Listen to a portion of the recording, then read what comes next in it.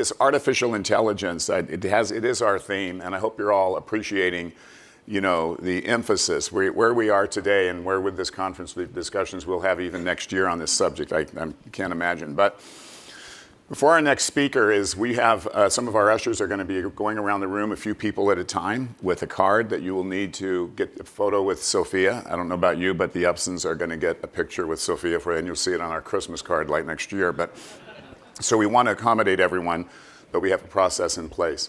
Those of you who were here 5 years ago, we try to have a critical infrastructure person as a government person, a critical infrastructure, and an industry person. And 5 years ago, Steve Rogers was the CIO of Dominion Resources, Dominion Energy. And 3 days before our conference, he canceled because he was made executive vice president. And I called Steve and I said, well, that's a problem. And he said, well, our new CIO, Rodney Blevins, he doesn't know much about being a CIO. He's only been in the job for maybe 2 days. We'll teach him. Bring him to Las Vegas. And he came and made a lot of friends here and has kept in touch with them, and some of them do business with Dominion Energy today. Rodney was supposed to be our infrastructure keynote. But even more important to what we're doing is he just got promoted to be president of Dominion Energy Southern, and our speaker will tell you. Before he left, he hired a chief security officer that's responsible for security across all of Dominion, physical and cyber security. Dominion is the third largest energy company in the United States. And Adam started his job about a month ago. And he left 22 years with the FBI as special agent in charge. He has a wide portfolio of physical security, cyber security, policy, compliance. And he has joined us here, and many of you have met him already. But please welcome to the stage our infrastructure speaker, Adam Lee.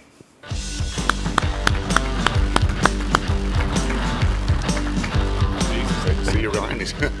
Sneaking up on you. So good morning, everybody. So I walked into the room to hear Sophia talking about her fondness of Westworld, and as if I needed another reminder that I live life these days largely unarmed.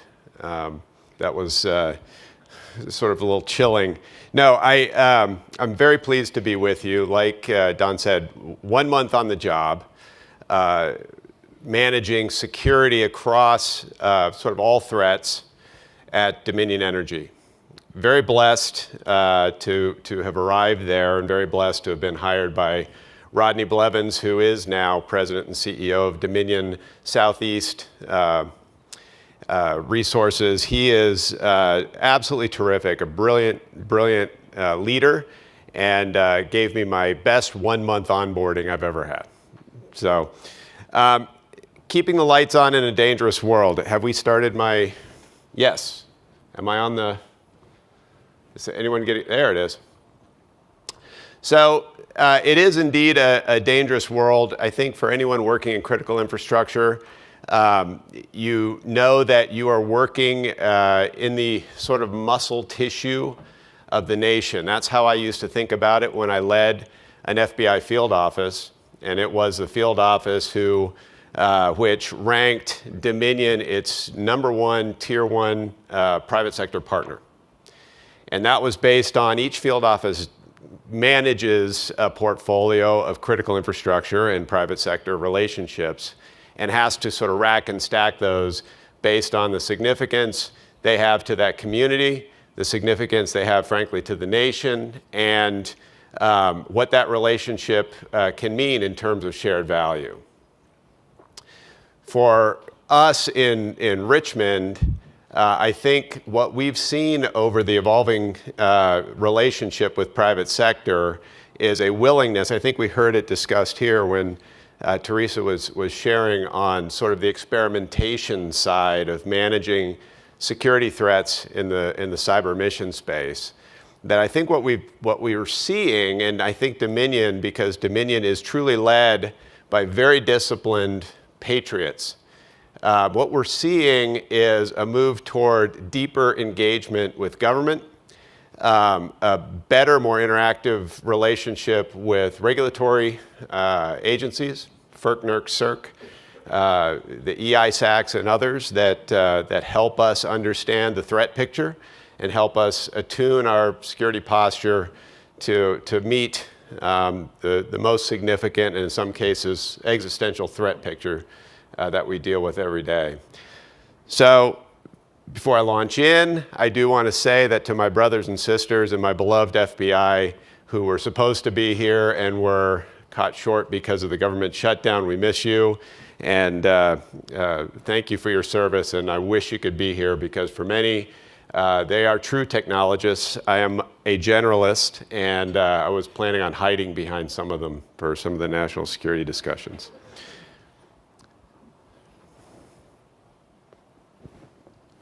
There we are. So Dominion Energy, this slide is dated because I created it before January 1st.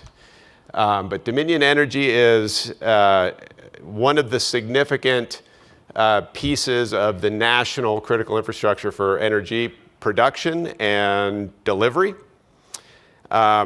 We changed our name in recent years from Dominion Resources, and there's legacy names behind that, but to Dominion Energy because we thought it was more descriptive of what the company truly is. We are, very roughly speaking, about half electricity, half gas. We're in 18 states, trillion square feet of stored natural gas, 26,000 megawatts, although, as I said, as of January 1st, we acquired what used to be the SCANA utility in South Carolina. And so now Dominion manages utility for many customers in South Carolina and that region. So it's growing, it's bigger. We have gas in Ohio. We have all utility in Utah and renewables in California, and it's really a national company.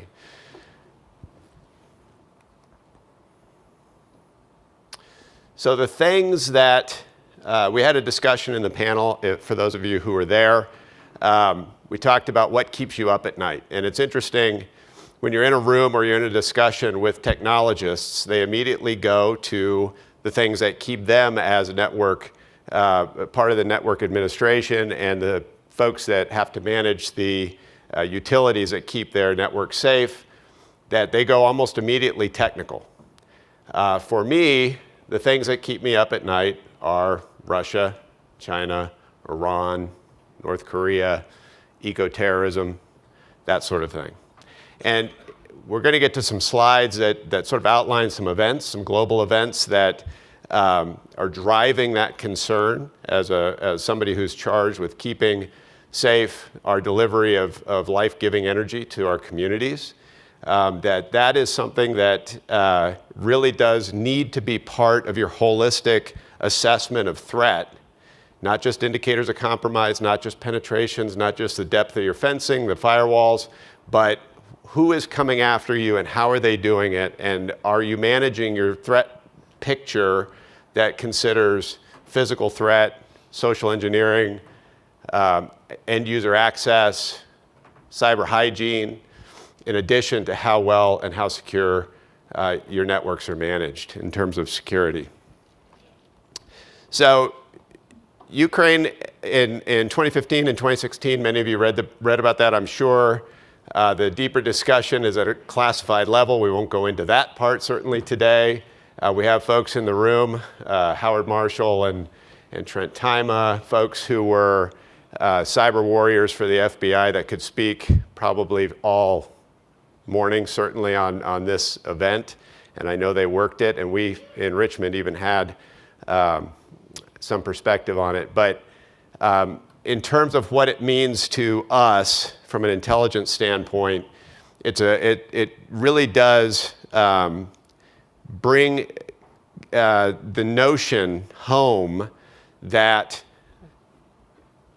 if there were an existential style attack on the grid, security simply in your network is not going to be enough.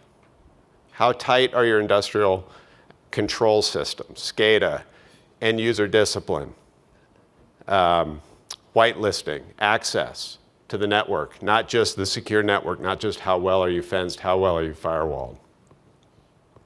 So this one obviously was a all direction attack on the Ukraine power grid. And what it really was for the rest of the world was a billboard of capabilities, right? What were a nation state actor looking to disrupt your network or take it completely down, what could they potentially do, right? It does stoke fear for those of us who are charged with keeping the lights on, right? So in terms of the threat to the energy sector, some of the thought behind what the intentions are, and we've seen this as early as 2018, we're now in 2019. So the notion of what our nation state actors, adversaries who are looking to influence us in terms of what our vulnerabilities are and understanding those, it's important, I think, to look at the threat actor and understand how they view the world. So Russia, distinct from China, right? Russia seeks to enhance its economic status in the world through political dominance, right? So they want to demonstrate to the world that they have capability to influence decision-making at the highest level in government, right? Through fear and intimidation sometimes, impacting elections, that sort of thing.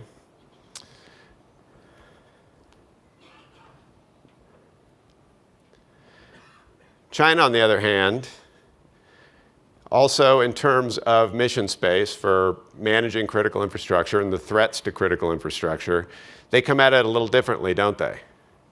Not always as sophisticated, not always as targeted. Sometimes, in fact, technologists sort of view Chinese pings on your network as a nuisance, right? They make a lot of noise in the networks. They bang around in the networks, and sometimes you dismiss what they're after as vulnerable because of how easy it is to detect and mitigate. But if you look at what their strategic goal is, it's sort of a reverse, right? They're seeking political dominance through economic superiority, right? A different methodology. Are they good at it? I don't know. They lead the world now in supercomputing, right? They're eclipsing the rest of the world in terms of the largest companies in the world. You've seen that over the last 15 years. It used to be 15 years ago, the top companies in the world were almost entirely US, Japan, Great Britain. Now when you look at it, the top three, I think, this year are China. That's a rapid escalation of commercial activity at the highest level. And it is part of a strategy. They don't hide it from anybody. They want to be the dominant player in sectors. It's part of their strategic plan, 2025. You can Google it. The only problem is achieving it that quickly is very, very difficult if you're achieving it by investing in research and development and interacting with research facilities and paying for it, playing the long game.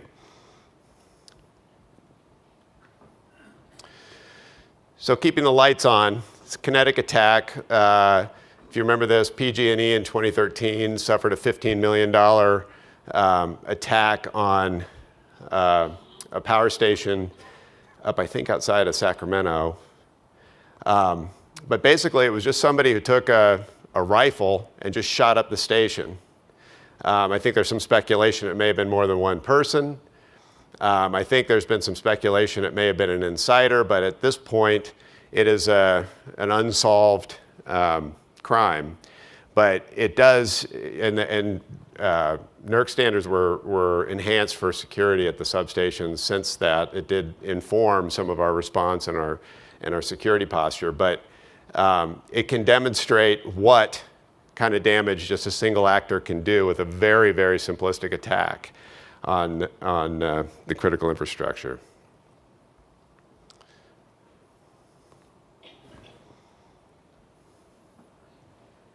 There we go. So another threat that is very real, certainly for Dominion Energy at this point in time, as we're trying to complete the Atlantic Coast Pipeline, and we are slowly and successfully crossing those gates to get that thing built, are the domestic extremist threat.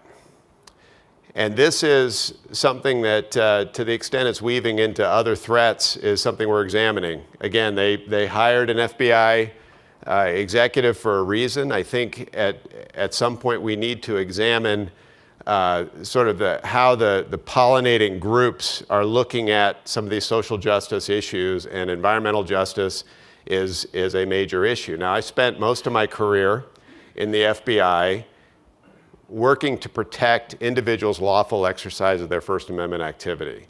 And that is a sensibility that's woven into my DNA. I value, more than just about anything, an American's ability to protest lawfully and express themselves if there's something happening in the world they disagree with.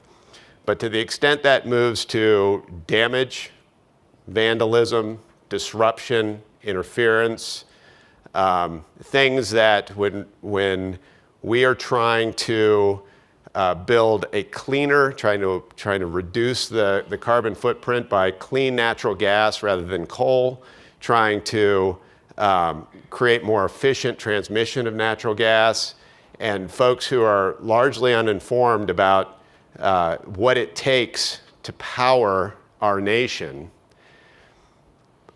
Very, very, very, and I want to emphasize this, well-intended, we are passionate about renewables too, and we are investing heavily in renewable energy.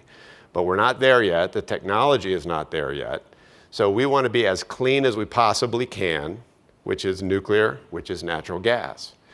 And so when they're standing in the way of that type of progress, it really is for us very counterproductive, and it costs a lot of money. It takes a lot of resources, and it really does require a whole lot of engagement of local law enforcement to manage these issues. And I could go on and working with the magnificent Virginia State Police and some of the great local agencies, and what it takes to assist Dominion Energy in completing these projects would probably surprise you.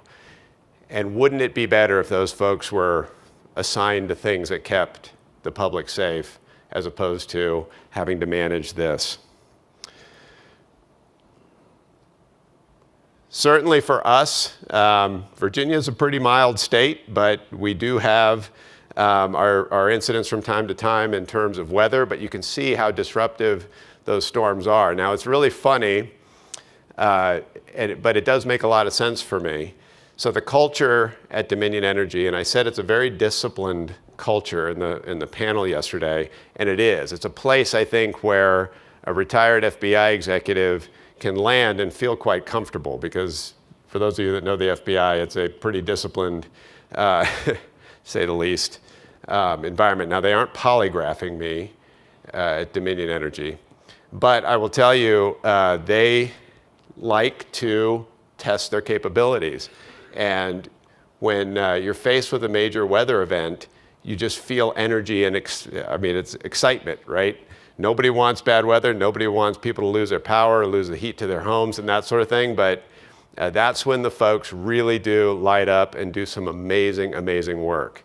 But these events are the things that we have to deal with. And in terms of network disruption and our ability to manage and vector our resources to deal with these in the field, you're dealing with vulnerabilities there too in terms of managing Dominion's network. So risk-based approach in terms of managing threat. Basically something very similar to the FBI's intelligence cycle, which I thought was kind of neat, lines up with it, certainly in principle. One thing we're trying to do at Dominion Energy, we're building a big, beautiful tower right in the center of Richmond. It's going to be the centerpiece of downtown Richmond. And there we are going to build a threat intelligence center. We're in the process of doing it right now, putting the plan in place. We're going to co-locate cybersecurity with physical security, and we're going to knit them together with a threat intelligence component that is going to look very similar to folks who've worked in the intelligence community.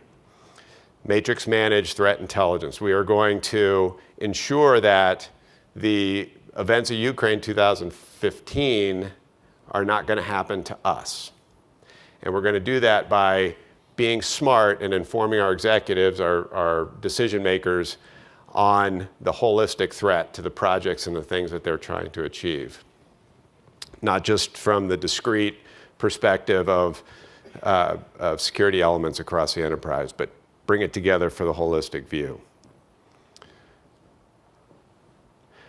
So this slide, I think probably for many of you, I know when I got here, I saw a whole lot of men in particular walking around in nice suits with backpacks on. So I know you're technologists, and this is going to out my powerful command of the obvious, I'm sure, to many of you.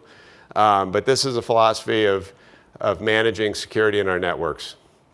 And the folks that do it are outstanding, and the investment by Dominion Energy is sizable, I will tell you that, in terms of the firewalling and fencing.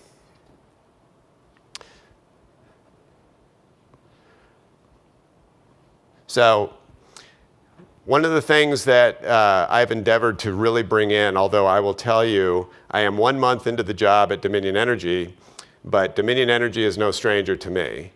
And that's because over the last 5 years, when I ran the FBI's operations in Virginia, they were my top private sector partner, which meant, again, speaking to the discussion today, they have to be somewhat vulnerable in those discussions, right? Because we have GE Cyber Plant in Richmond, we have Altria headquartered in Richmond, we have Babcock and Wilcox out in the central part of the state building propulsion mechanisms for the Navy. We have a lot of vulnerable private sector elements within Virginia, and to be smart, we need to work together and have those conversations.